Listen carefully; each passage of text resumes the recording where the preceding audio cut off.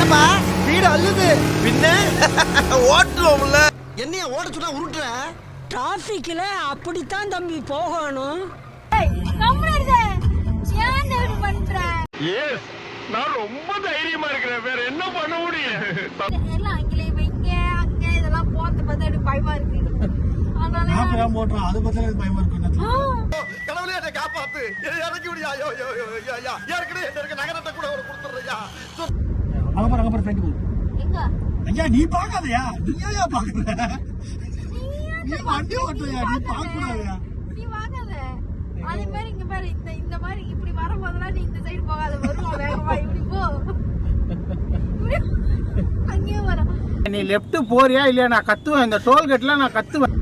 ஒரு வாரம் கழிச்சு 4 நாள் வந்து டெய்லி ஆபீஸ்ல விடுவேன். அம்மா கையில ஏய் கம்முனு இருங்க. ஒன்னும் பண்ண மாட்டாங்கடா, கார்ல எடுத்துன்னு போவாங்க.